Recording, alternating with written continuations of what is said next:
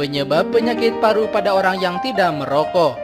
Penyakit paru obstruktif kronik merupakan salah satu jenis penyakit yang banyak diidap masyarakat di Indonesia. Penyakit ini bisa disebabkan oleh sejumlah faktor seperti merokok. Namun pada sejumlah orang yang tidak merokok, masalah paru-paru ini juga dapat terjadi. Adanya masalah ini bisa disebabkan karena sejumlah faktor dan kondisi yang dimiliki seseorang. Penyakit paru obstruktif kronik merupakan istilah kolektif yang digunakan untuk menjelaskan rangkaian kondisi paru-paru seperti bronkitis kronis dan emfisema. Penyakit ini tergolong dalam gangguan pernapasan dan tak bisa diobati hanya dengan inhaler. Faktor risiko terbesar dari penyakit paru obstruktif kronik ini adalah asap rokok. Namun hal ini juga bisa disebabkan karena sejumlah faktor lain.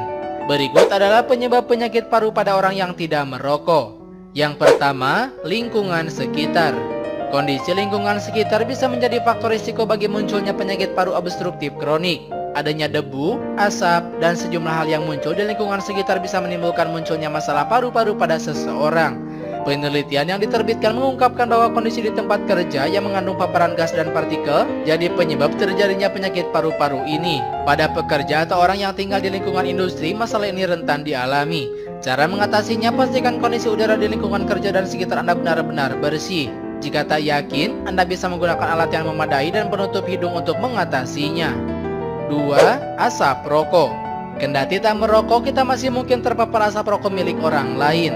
Hal ini bisa meningkatkan peluang Anda mengalami masalah ini, termasuk sejumlah masalah pernapasan lainnya. Cara mengatasinya, usahakan hindari sebisa mungkin paparan asap rokok dari lingkungan sekitar Anda. Menghindari asap rokok bisa membuat Anda aman dari sejumlah masalah ini. 3. Masalah pernapasan sebelumnya. Memiliki riwayat penyakit pernapasan seperti asma dan bronkitis pada saat kecil bisa jadi penyebab penyakit paru obstruktif kronik. Berdasarkan sebuah penelitian, 29% penderita penyakit paru obstruktif kronik memiliki riwayat asma pada diri mereka. Cara mengatasinya, perhatikan gejala penyakit yang Anda alami jika memang memiliki riwayat asma. Selain itu, perhatikan kondisi asma yang Anda miliki untuk terhindar atau mengobati lebih awal masalah kesehatan ini. 4. HIV. Terdapat sebuah bukti yang menyebutkan bahwa HIV bisa memicu atau meningkatkan risiko dari penyakit paru obstruktif kronik. Infeksi pernapasan yang berulang terjadi bisa menimbulkan efek pada virus di jaringan paru-paru atau karena menurunnya kekebalan tubuh.